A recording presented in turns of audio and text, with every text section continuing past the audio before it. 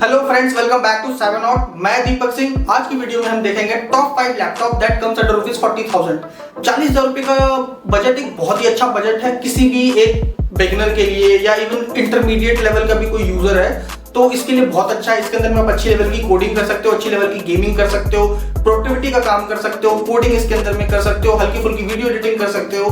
तो ये सारे ऑप्शंस आपके पास अनलॉक हो जाते हैं।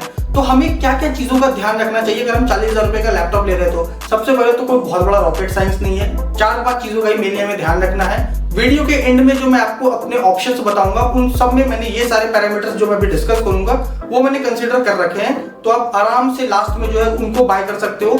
इनका सेल रेट भी जो है थ्रू आउट ईयर जो है बहुत ही अच्छा रहा है। तो सिर्फ मैंने उसको ही कंसीडर किया है जिसका सेल रेट बहुत अच्छा है, रिव्यूज बहुत ज्यादा अच्छे हैं। बहुत बार ऐसा होता है कि प्रोसेसर सेम है बट डिफरेंट ब्रांड के लैपटॉप्स में अगर आप Cinebench R23 या Geekbench का स्कोर देखोगे तो डिफरेंट आएगा।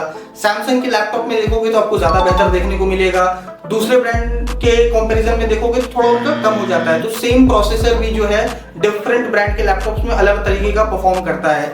तो इस वजह से मैंने सिर्फ आपको वही बताया जिनका की स्कोर काफी ज्यादा अच्छा है।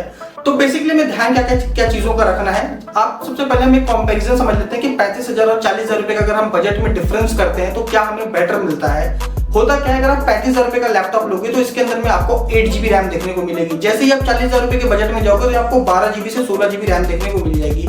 जैसे ही आपका रैम का ये डबल होता है आपकी बूट स्पीड बहुत ही कम हो जाती है और जो टैब्स खोलना चाहते हो मल्टीपल टैब्स खोलने में आपको बहुत ज्यादा ईजी हो जाता है। बहुत ही फास्ट काम करता है लैपटॉप आपका। दूसरा, प्रोसेसर यहाँ पे आपको i3 देखने को मिलेगा। जैसे ही आप 40,000 रुपए में जाओगे तो i5 का ऑप्शन अनलॉक होना स्टार्ट हो जाएगा। तीसरा, आपको 35,000 रुपए के बजट में आपको ना फिंगरप्रिंट सेंसर देखने को मिलेगा, ना बैकलाइट कीबोर्ड का सपोर्ट आपको देखने को मिलेगा, डॉल्बी ऑडियो का आपको सपोर्ट देखने को नहीं मिलेगा। बट जैसे ही आप 40,000 रुपए के बजट में जाओगे इन तीनों का सपोर्ट आपको देखने को मिल जाएगा। 35,000 रुपए के लैपटॉप के अंदर में पोर्ट्स आपको बहुत ही कम देखने को मिलेंगे बट जैसे ही आप 40,000 रुपए के लैपटॉप के आसपास जाओगे पोर्ट्स आपको बहुत ज्यादा देखने को मिल जाएंगे। बैटरी बैकअप जो है 35,000 रुपए के वाले में थोड़ी रिलायबिलिटी कम मिलती है बट 40,000 रुपए के अंदर में रिलायबिलिटी ज्यादा मिलती है, वॉट आवर का टाइम भी ज्यादा मिलता है। डिस्प्ले इसके अंदर में आपको आईपीएस देखने का कम चांस मिलता है, 40,000 रुपए वाले में ज्यादा प्रोबेबिलिटी बन जाती है। तो इतना सारा डिफरेंस आपको मेजर डिफरेंस देखने को मिल जाता है 35,000 रुपए से 40,000 रुपए के अंदर में। साथ में कैच मेमोरी भी आपको 35,000 रुपए के अंदर में 4 MB से 8 MB का देखने को मिलेगा बट जैसे ही आप 40,000 वाले में जाओगे तो 12 MB 10 MB देखने को मिल जाएगा। ज्यादा कैच मेमोरी होने से आपका ये होता है जो मल्टीपल फाइल्स जो आप डेली बेसिस पे आप यूज करते रहते हो उसकी जो प्रोबेबिलिटी है वो बहुत ज्यादा बढ़ जाती है। जैसे ही आप उसको मल्टीपल टाइम्स खोलते हो कैच मेमोरी में वो डेटा सेव हो जाता है। अब जितनी बार आप उसको खोलोगे वो उतना फास्ट रिस्पॉन्स आपको देगा। तो ये एक बहुत बेहतर चीज हो जाती है। तो ये सारे पैरामीटर्स को हम डिस्कस करेंगे इसके अंदर में। तो चलिए स्टार्ट करते हैं आज की वीडियो। नंबर 4 पे अपना आता है Lenovo IdeaPad Slim 3। ये अपना Ryzen की तरफ से पावर्ड है। Ryzen 5 7520U का प्रोसेसर इसके अंदर में अपने को देखने को मिल जाता है। 4 कोर 8 थ्रेड का ये प्रोसेसर है। 4 MB की कैच मेमोरी इसके अंदर में देखने को मिल जाता है। जितनी ज़्यादा कैच मेमोरी उतना फास्ट आपका लैपटॉप रिस्पॉन्स करता है क्योंकि इसके अंदर में जो आप फ्रीक्वेंट ओपन करते हो फाइल्स को वो उसका डेटा सेव हो जाता है और नेक्स्ट टाइम जब आप उसको खोलोगे तो बहुत ही ज़्यादा अच्छा रिस्पॉन्स देखने को मिल जाता है आपको। इसके अंदर में रैम साइज़ जो है 8 GB की है बट इसके अंदर में LPDDR5 रैम लगी होती है और मैक्सिमम ये 8 GB तक ही रहता है। तो अगर आप 40,000 रुपये लगा रहे हो तो सेंस नहीं बनता कि आपका 16 GB तक ही अपग्रेड ना हो। बट स्टिल मार्केट में ये बहुत ज़्यादा सेल होता है, इस वजह से इसको हमने इसके अंदर में कंसिडर करा है। 15.6 इंच की इसके अंदर में बिग डिस्प्ले देखने को मिल जाती है। 60 हर्ट्ज का रिफ्रेश रेट इसके अंदर में अपने को देखने को मिल जाएगा और 300 निट की पीक ब्राइटनेस देखने को मिल जाता है। इसके अंदर में अपने को 720p का वेबकैम मिलेगा प्राइवेसी शटर के साथ। वाईफाई 6 का सपोर्ट इसके अंदर में अपने को देखने को मिल जाता है। 47 वॉट आवर की बैटरी लाइफ इसके अंदर में देखने को मिल जाती है। 6 USB पोर्ट्स इसके अंदर में देखने को अपने को मिल जाते हैं। बैकलाइट कीबोर्ड का सपोर्ट देखने को मिल जाता है। माइक्रोसॉफ्ट ऑफिस का सपोर्ट देखने को मिल जाता है। अब इसके लैपटॉप की USP की बात करें तो बहुत अच्छा डिस्प्ले है। 2 घंटे का रन टाइम देता है 15 मिनट के चार्ज पर। इस वजह से लोगों को ये बहुत ज़्यादा पसंद है। मिलिट्री ग्रेड की ड्यूरेबिलिटी भी इसके अंदर में दी हुई है।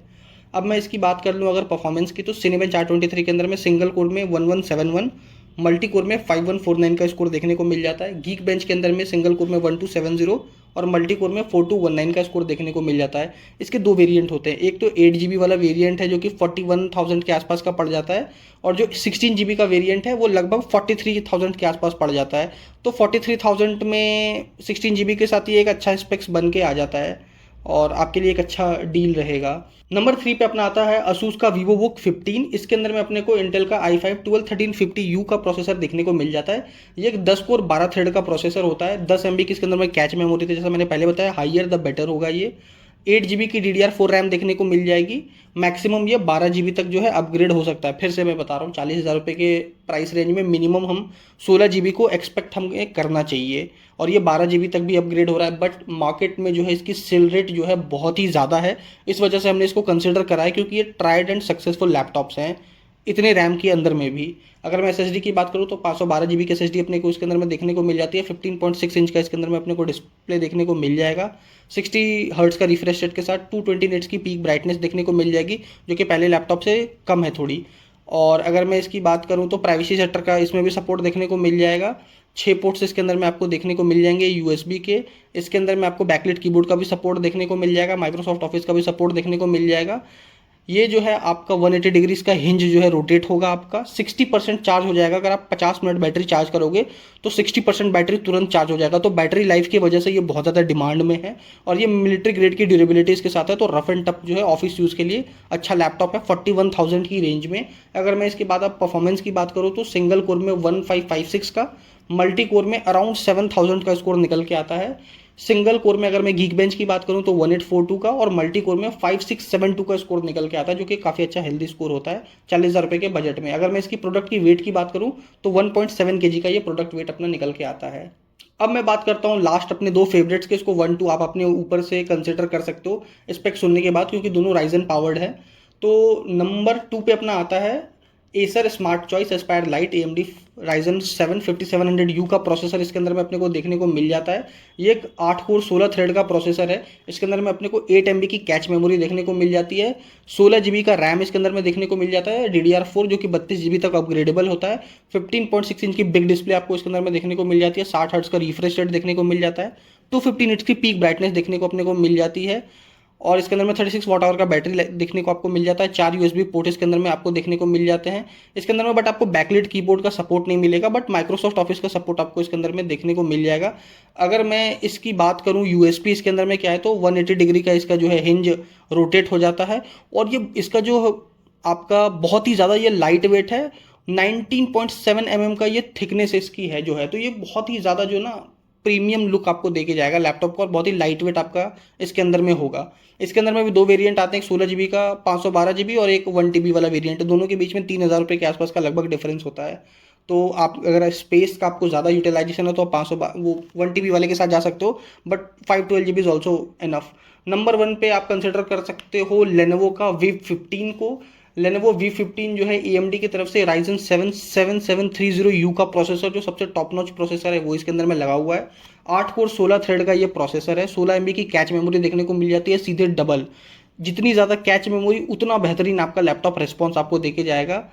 इसके अंदर में 16 GB की DDR4 रैम देखने को मिल जाएगी, बट ये अपग्रेडेबल नहीं होती है, बट ठीक है 16 GB इज़ एनफ, काफ़ी है। 16 GB भी अब 40,000 रुपये के रेंज के आसपास का। 60 हर्ट्ज का रिफ्रेश रेट देखने को मिल जाएगा। 250 निट्स की पीक ब्राइटनेस देखने को मिल जाएगी। 720p का वेबकैम दिखेगा प्राइवेसी शटर के साथ। 38 वाट आवर की बैटरी इसके अंदर में देखने को मिल जाएगी। ये इसके अंदर में 3 USB पोर्ट आपको देखने को मिल जाएंगे। इसके अंदर में आपको डॉल्बी एटमॉस का सपोर्ट भी दिखने को मिल जाएगा। बहुत ही ये लाइट वेट होगा, थिन होगा।